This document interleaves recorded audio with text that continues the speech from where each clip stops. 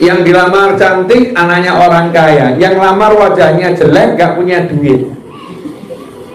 Kebetulan perempuan itu tidak cinta sama sekali sama kamu, tapi kamu mencintainya luar biasa. Ya kamu memang agak nekat. Perempuan itu wajar. Ada pria gak ganteng, pria gak punya duit, suruh cinta, berat. Lah kamu ini gak punya duit dan wajah ya di bawah rata-rata. Cinta sama perempuan cantik, duitnya banyak. Itu nekat, saudara-saudara. Itu nekat. Pertanyaannya, berani nggak melamar? Berani. Pada posisi ini yang gak kakek mikir berani. Ya, yang kakek mikir mundur. Ditanya sama temennya, kenapa kamu kok gak maju? Jawabannya, aku sadar diri. Wajahku jelek di bawah rata-rata. Hartaku gak cukup untuk melamar dia. Dia cantik, kaya, orang tuanya mapan. Ya pasti aku gak akan diterima, pasti ditolak. Ini semua, walaupun hitung-hitungannya seakan-akan masuk akal ya, seakan-akan masuk akal, tapi ini kemusyrikan. Ini kemusyrikan yang gak disadari. Dari langkah awal gak punya tauhid. Langkah awalnya la ilaha illallah hilang. Allahnya lenyap. Allahnya gak ada. Ingat Allahnya hilang. Ala bizikrillah, dengan ingat Allah itu gak ada dalam hatinya. Kalau dia ingat Allah subhanahu wa ta'ala, maka dia akan katakan, ya Allah, wajahku memang kurang beruntung dibanding yang tampan. Ya Allah, saat ini duit aku memang belum punya, tapi aku punya calon istri hambamu ya Allah. Memang kalau diukur menurut ilmunya manusia, tidak akan aku diterima ya Allah, tapi aku pasrah sama kamu ya Allah. Tolong aku ya Allah, jadikan dia dan orang tuanya menerima aku. Maju. Ditolak. Begitu ditolak, dia nyantai-nyantai saja. Temennya ngomong, loh kamu nyatanya ditolak atau tidak? Jadi masalah. Yang nolak bukan dia. Dan siapa? Allah. Yang nolak adalah Allah. Karena dia tidak layak untuk aku, maka Allah palingkan sama Allah. Makanya kalau aku ditolak, bukan dia yang nolak. Tidak pernah ada kata kamu sakit hati, karena hatinya terus ke Allah subhanahu wa ta'ala. Jadi nggak kakek mikir. Nah orang sekarang kakek mikir. Saya pernah kasih contoh di pengajian ini, nyata ya. Saya nanya, coba kamu pengen apa? Ngarang mau sakarep, ngarang mau. Tapi yang kira-kira kamu pengen betul dulu. Kamu kalau pengen beli motor yang mana gitu? Saya pengen beli mobil siapa? Itu angkat tangan cuma sedikit. Yang pengen beli rumah siapa? Yang angkat tangan cuma sedikit. Terus saya nanya, lah kenapa yang lain tidak berani angkat tangan? Lawang baru niat ya, baru pengen saja nggak berani. Baru pengen aja nggak berani. Sekarang saya mau nanya, siapa yang pengen nikah tahun ini? Beda, sudah beda. Betul kan? Baru pengen saja nggak berani, betul ya? Kenapa yang lain nggak angkat tangan? Udah punya istri? Enggak. Tadi kan udah nanya, siapa mau menikah angkat tangan semua, betul kan ya? Kenapa nggak angkat tangan? Jawabannya mikir, saya masih kuliah, nggak mungkin diizinkan orang tua saya belum punya pekerjaan yang mapan, apakah diterima? Bla bla bla bla bla. Usia saya ini belum terlampau tua, jadi nikah cari usia tua. Usia A sampai Z, kebanyakan mikir. Jangan pernah mikir ketika kamu pengen. Kalau pengen itu mintanya sama Allah. Jangan pengen mintanya sama tabungan. Jangan pengen mintanya sama relasi. Jangan pengen mintanya sama bulan, sama rencana. Bukan, mintanya sama Allah subhanahu wa ta'ala. Saya pengen, saya tinggal ngucap. Allah tinggal ngomong kun fayakun. Saya pengen, saya tinggal ngucap. Allah tinggal ngomong kun fayakun. Pertanyaannya, nah kita ini bisa nggak percaya sama Allah? Saya kasih contoh ya, boleh? Siapa yang punya masalah, tolong jujur angkat tangan. Yang punya masalah, lagi punya masalah apapun itu. Oh cukup sini angkat tangannya tinggi. Oke. Sip. Turun. Siapa yang bikin masalahnya selesai, angkat tangan. Allah itu ngasih masalah dulu atau ngasih jawaban dulu? Salah. Kamu bilang Allah ngasih masalah dulu kan? Salah. Coba cek ya. Sebelum soal disodorkan, guru itu udah punya jawaban belum?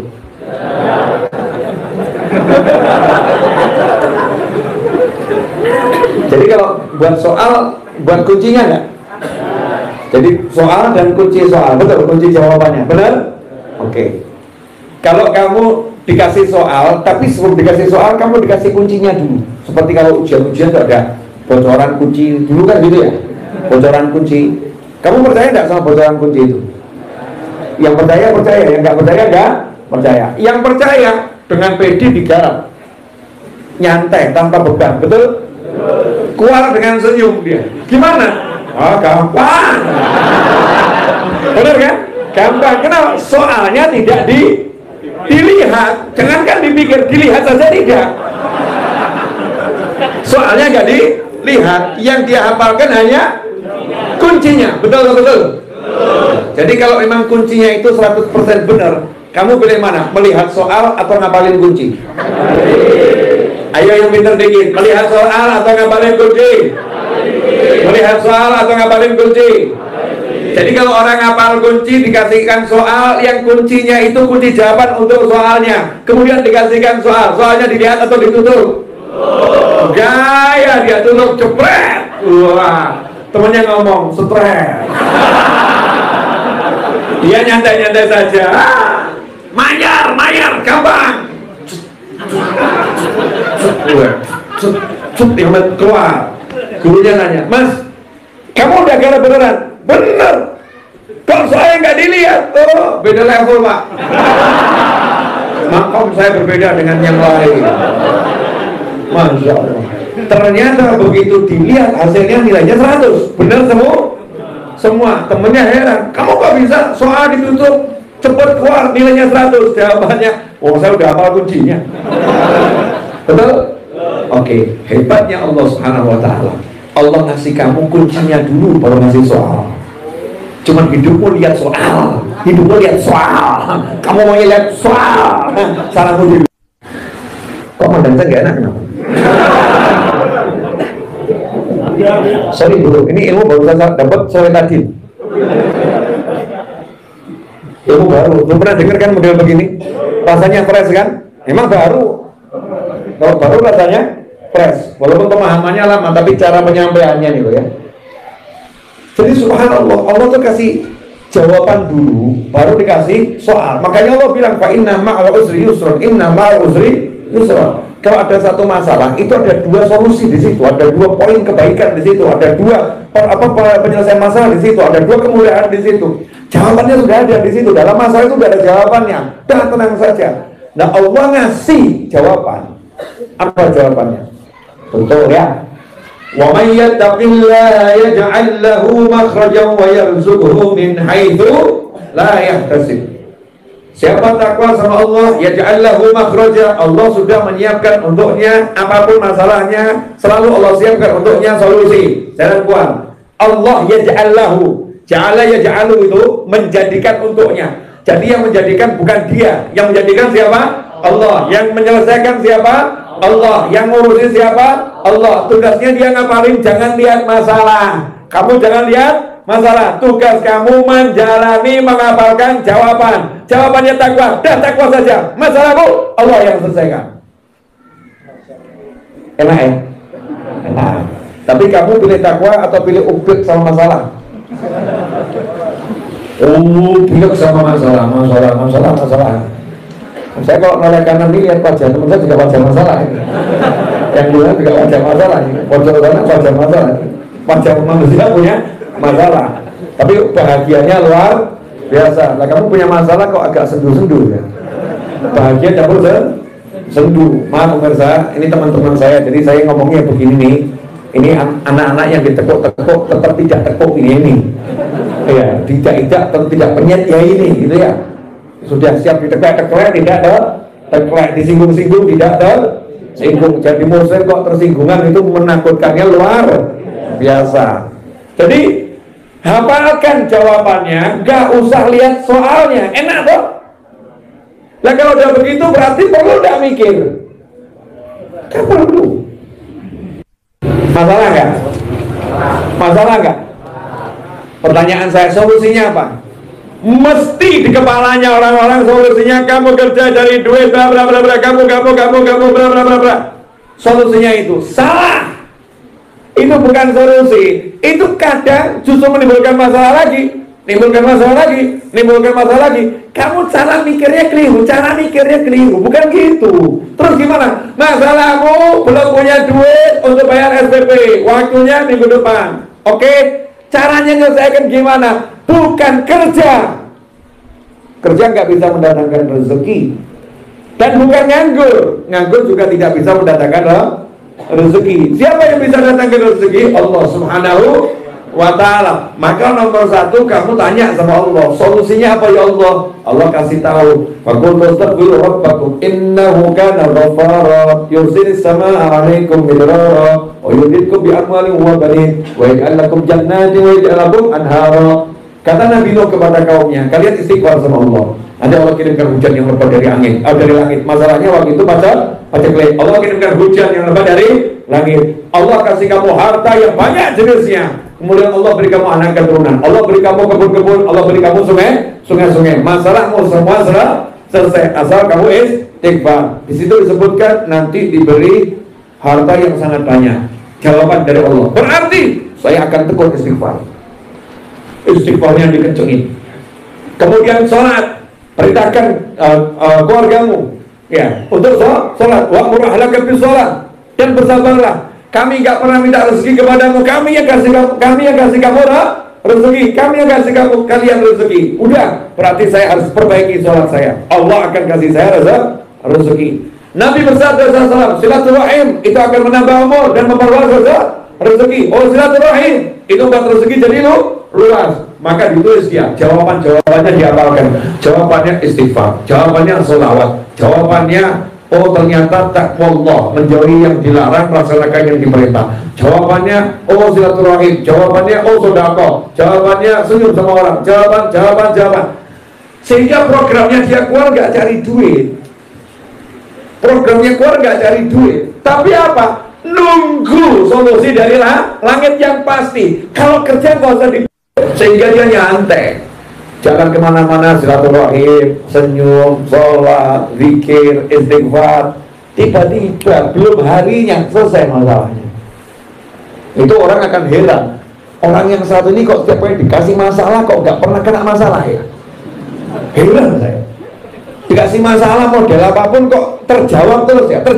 Kenapa nih? Rumusnya apa? Kenapa selalu masalah tidak pernah jadi masalah buat beliau, tapi justru menjadi sesuatu yang luar biasa? Jawabannya, dia nggak pernah mau lihat soal. Yang dia lakukan adalah menghafalkan jawaban. Ikhwani rahimakumullah. Sudah gitu belum kita ini? Ini kok biasa nggak enak semua kenapa? Hah? Selama ini sibuk bahas masalah atau bahas jawaban? Masalah. Makanya mulai malam hari ini pemirsa dimanapun Anda berada, rubah cara hidup Anda. Anda harus berubah cara hidup dengan pola pikir. Soal nggak perlu dilihat, jawaban harus dihafalkan. Urusan masalah, nanya ini ya, masalah itu ada enggak? Ada enggak? Ada. Kalau kamu lihat, kalau enggak kamu lihat, nggak ada. Saat ada masalah, ada enggak yang nggak masalah? Contoh, istri bermasalah, anak tidak bermasalah. Kamu pilih mana? Lihat istri atau lihat anak? Anehnya bukan lihat anak, tapi ketika lihat anak, kamu lihat istrimu. Sehingga anak pun dimarahin. Sama anak gak enak, dibawa masalah ini sampai ke wajah anak. Jadi masalah dilihat terus, anak yang gak masalah justru tidak dilihat. Walian muridmu. Kalau istri itu kamu lihat jadi masalah, kamu gak usah lihat istrimu, lihat anakmu. Jadi ketika kamu lihat istrimu, kamu lihat anakmu, nggak jadi masalah. Paham nggak? Yang dewasa paham, yang anak-anak nggak paham. Nah ini untuk dewasa ya. Begitu lihat anak gitu ya, lihat istri, kamu lihatnya anak. Jadi istrinya model bagaimanapun nggak masalah. Kenapa? Saya kelihatan anak saya menyenangkan kok. Istri saya mau ruwet nggak jadi masalah. Sama juga suami ruwet, anak nggak ruwet. Maka begitu lihat suami yang ruwet, yang kelihatan anaknya, anakku menyenangkan. Anakku lihat masalahnya, bukan yang tidak bermasalah. Itu yang pertama. Yang kedua, simpel saja, naik ke atas sini nih. Kalau nggak ada tangga itu naik ke atas sini masalah nggak? Mau naik ke atas nggak ada tangga, masalah nggak? Sekarang kalau adanya cuma tangga kayu, tangganya kayunya rapuh, masalah nggak? Masalah. Jadi kamu lihat tangga itu masalah juga. Sebetulnya tangga itu masalah atau jalan ke atas? Tangga yang rapuh itu masalah atau jalan ke atas? Jalan ke atas. Nah kamu lihatnya itu jalan ke atas atau masalah? Belum paham? Jadi kalau urusan tangga nggak paham, urusan harib insya Allah paham. Mas, kalian belum nikah dong? Ya, anggap ini rumah calon mertua ya. Ini calon mertua, anggap beliau calon mertua, saya calon istri. Calon mertua, ya saya calon istri. Kamu ada di situ, mau ke sini.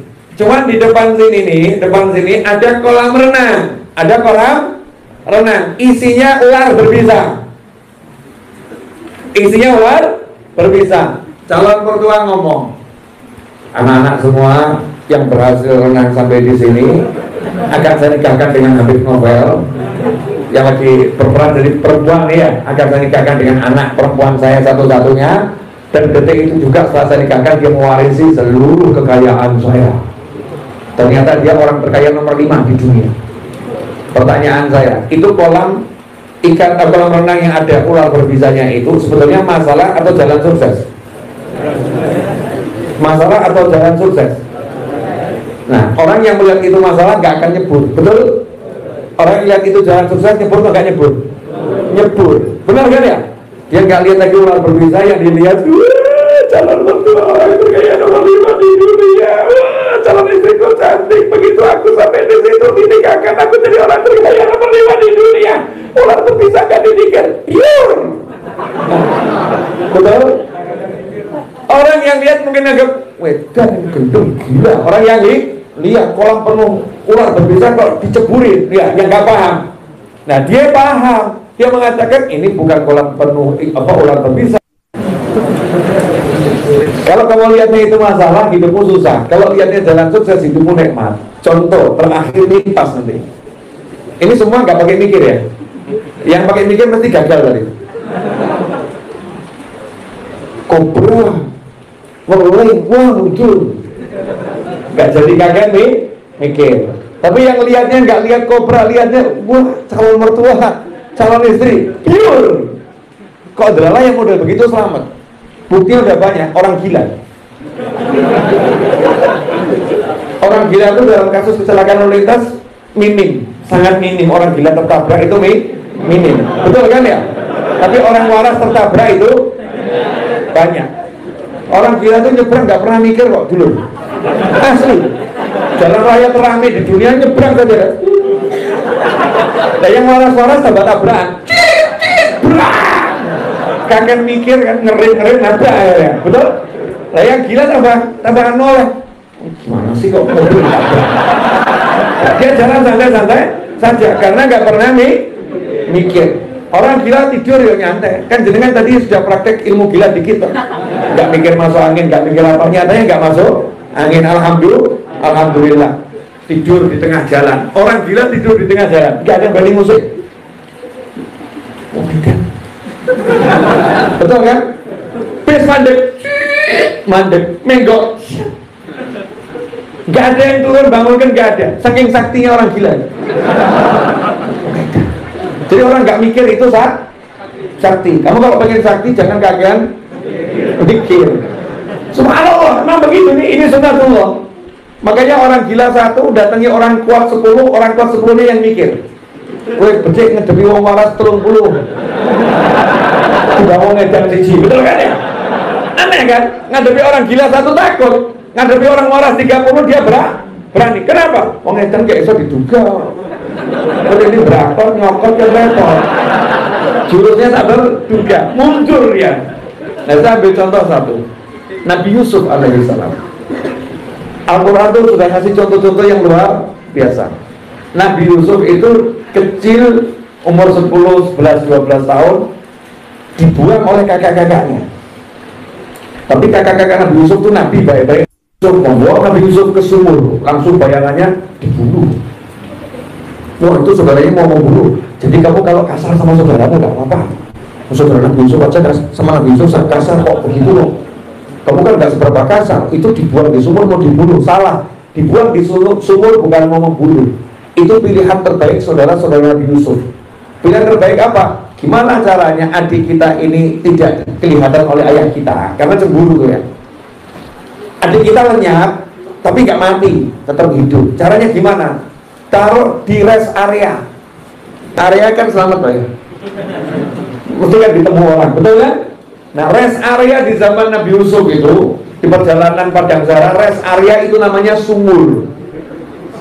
Nah, ini harus diterangkan. Kalau tidak diterangkan orang konotasinya dibuang ke sumur, dibunuh, ngawur kamu. Yang adab sama saudaranya para nabi. Dibuang ke sumur itu ditaruh di rest area. Karena di dalam sumur, itu di dalam sumur, coba pada sumur Jogja, Solo, dan airnya banyak, dibuang situ kolom mati gitu ya, bukan. Sumur di tanah Arab sana itu airnya dangkal. Kemudian sumurnya juga tidak dalam, sumurnya nggak dalam. Subhanallah, kenapa dipilih sumur? Biar bisa hidup minum air. Satu. Yang kedua, tempatnya musafir lalu. Musafir itu kalau lewat cari air di sumur. Jadi nanti kalau ada musafir, dia turunkan timba, adik saya bisa naik, selamat, hidup dan ditemu orang. Berarti Nabi Yusuf dibuang ke sumur. Yang dibuang ke sumur. Itu masalah atau enggak masalah? Buat Nabi Yusuf seharusnya masalah atau enggak masalah? Kasat mata, masalah atau enggak masalah? Masalah. Setelah itu ditemu sama orang, diambil, dibawa kemana? Dibawa ke Mesir. Diapain? Dijual. Dijualnya murah. Kenapa? Nah, karena ini harta temuan yang nemukan orang yang enggak baik, ya. Dia takut ini seperti orang kalau apa ya, tukang tadah. Dia dijual murah, dibeli sama siapa? Menteri, dijual, dibeli sama menteri.